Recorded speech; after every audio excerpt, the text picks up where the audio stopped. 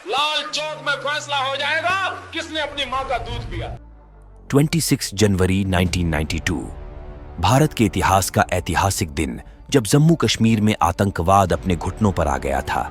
जब आतंकवादियों से जान की धमकी मिलने के बावजूद आज के पीएम मोदी ने श्रीनगर के लाल चौक में तिरंगा फहराया था। और जब पाकिस्तान को भारत ने अपनी ताकत की झलक दिखाई थी, उस वक्त नरेंद्र मोदी ने अपने भाषण में यह कहा था, 26 जनवरी को यानी परसों, अब चंद घंटे बाकी हैं, लाल चौक में फैसला हो जाएगा किसने अपनी मां का दूध पिया। तो आखिर कैसे पार्टी के आम कार्यकर्ता होने के बावजूद उस वक्त नरेंद्र मोदी ने जम्मू कश्मीर में आतंकवाद को मुंहतोड़ जवाब दिया था, जानेंगे इस वीडियो में। लेकिन उससे पहले नए दर्शक जल्दी से चैनल को सब्सक्राइब कर दीजिए।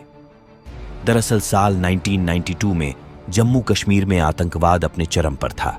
तभी बीजेपी के वरिष्ठ नेता मुरली मनोहर जोशी ने ऐलान किया कि वो श्रीनगर के लाल चौक पर भारत का तिरंगा फहराएंगे, जिसके लिए कन्याकुमारी से कश्मीर तक एकता यात्रा निकाली गई थी। लेकिन साथियों, आतंकवादियों ने इस रैली में शामिल होने वाले नेताओं को जान से मार देने की धमकी दी थी।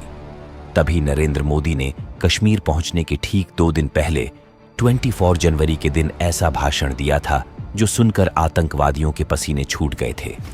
उन्होंने कहा था कि हमारी यात्रा ने आतंकवादियों को परेशान कर रखा है। लाल चौक में पोस्टर्स लगाए हैं, दीवारों पर लिखा है, जिन्होंने अपनी मां का दूध पिया है वो श्रीनगर के लाल चौक में आकर भारत का तिरंगा झंडा फहराएं।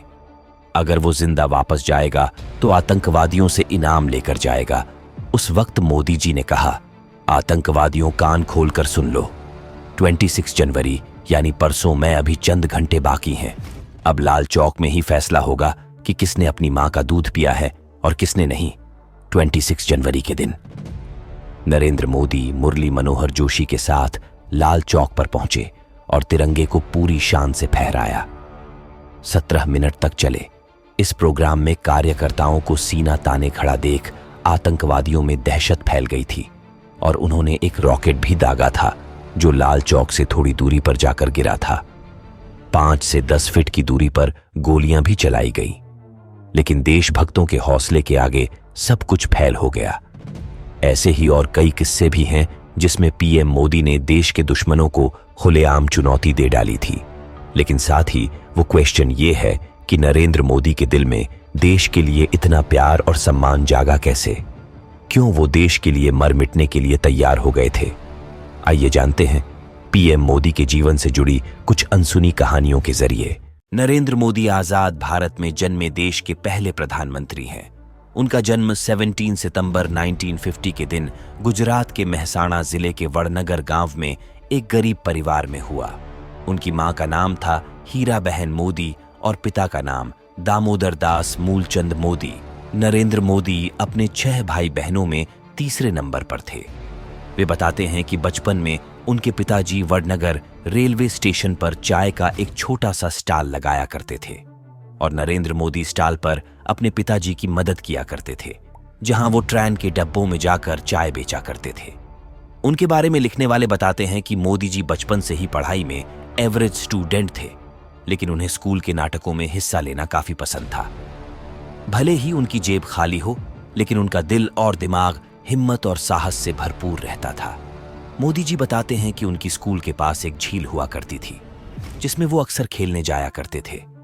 एक बार उन्हें वहां मगरमच्छ का बच्चा मिला, जिसको बहुत बहादुरी से उठाकर वो घर ले आए, लेकिन हीराबेन के समझाने पर उन्होंने उसको वापस झील में छोड़ दिया। खेल कूद के अलावा वो इतिहास पढ़ने का बहुत शौक रखते थे, इसलिए वो लाइब्रेरी जाकर कई साल पुराने अखबार और देश के इतिहास से जुड़ी किताबें पढ़ते थे। मोदी जी के बारे में लिखने वाले पत्रकार बताते हैं कि 80 के दशक में कुछ साल मोदी जी पांडरवाड़ा में रहते थे। पांडरवाड़ा से अहमदाबाद करीब 150 किलोमीटर दूर है और उस वक्त ज्यादा बस सेवा भी उपलब्ध नहीं थी। ऐसे में मोदी जी रोज सुबह साफ सुथरे कपड़े पहनकर एक झोला उठाकर पांडरवाला से अहमदाबाद की बस में बैठ जाते थे और अहमदाबाद आकर वो उसी बस की कुर्सी पर अपना झोला रख देते थे। फिर अपने अंकल की चाय की दुकान पर जाकर बैठते थे। अब शाम के वक्त जब वो वापस पांडरवाड़ा जाने के लिए स्टेशन जाते थे और अपनी सीट पर फिर बैठ जाते थे। लेकिन उनके दोस्त बताते हैं कि मोदी जी को सिर्फ गुस्सा एक ही बार आता था, और वो तब था जब उनका कोई झोला उठाकर कहीं और रख दे और खुद उनकी सीट पर बैठ जाए। नरेंद्र मोदी को बचपन से ही अच्छे कपड़े पहनने का शौक था। हालांकि वो कभी महंगे कपड़े नहीं खरीदते, लेकिन साफ सुथरा रहना उनकी खूबी थी। उनका स्टाइल बचपन से ही काफी अलग रहा। एक बालक के तौर पर उनका एक सपना था, भारतीय सेना में जाकर देश की सेवा करने का। उनके समय के तमाम युवाओं के लिए भारत माता की सेवा के लिए सेना सर्वोत्कृष्ट माध्यम था। हालांकि उनके परिजन उनके इस विचार के सख्त खिलाफ थे। नरेंद्र मोदी जामनगर के समीप स्थित सैनिक स्कूल में पढ़ने के बेहद इच्छुक थे, लेकिन जब फीस चुकाने की बात आई तो घर पर पैसों का घोर अभाव सामने आ गया।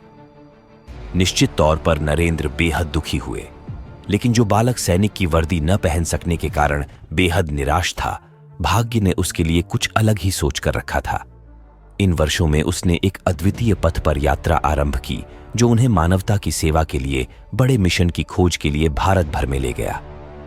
17 वर्ष की आयु में उन्होंने एक असाधारण निर्णय लिया, जिसने उनका जीवन बदल दिया। उन्होंने घर छोड़ने और देश भर में भ्रमण करने का निर्णय कर लिया। उनका परिवार नरेंद्र के इस निर्णय पर चकित था, लेकिन उन्होंने नरेंद्र के छोटे शहर का सीमित जीवन छोड़ने की इच्छा को अंततः स्वीकार कर लिया। जिन स्थानों की उन्होंने यात्राएं की, उसमें हिमालय जहां वे गुरुदाचट्टी में ठहरे, पश्चिम बंगाल में रामकृष्ण आश्रम और यहां तक कि पूर्वोत्तर भी शामिल है। इन यात्राओं ने इस नौजवान के ऊपर अमिट छाप छोड़ी। उन्होंने भारत के विशाल भूभाग में यात्राएं की और देश के विभिन्न भागों की विभिन्न संस्कृतियों को अनुभव किया। 2 वर्ष के बाद वापस लौट आए, लेकिन घर पर केवल 2 सप्ताह ही रुके। इस बार उनका लक्ष्य निर्धारित था और उद्देश्य स्पष्ट था। वह अहमदाबाद जा रहे थे। वो राष्ट्रीय स्वयंसेवक संघ के साथ कार्य करने का मन बना चुके थे। आरएसएस से उनका पहला परिचय 8 वर्ष की बेहद कम आयु में हुआ, जब वह अपनी चाय की दुकान पर दिन भर काम करने के बाद आरएसएस के युवाओं की स्थानीय बैठक में भाग लिया करते थे। इन बैठकों में भाग लेने का प्रयोजन राजनीति से परे था।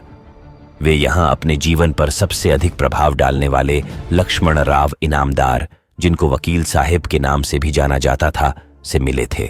दोस्तों, आपका मोदी जी के बारे में क्या कहना है, हमें कमेंट में बताएं।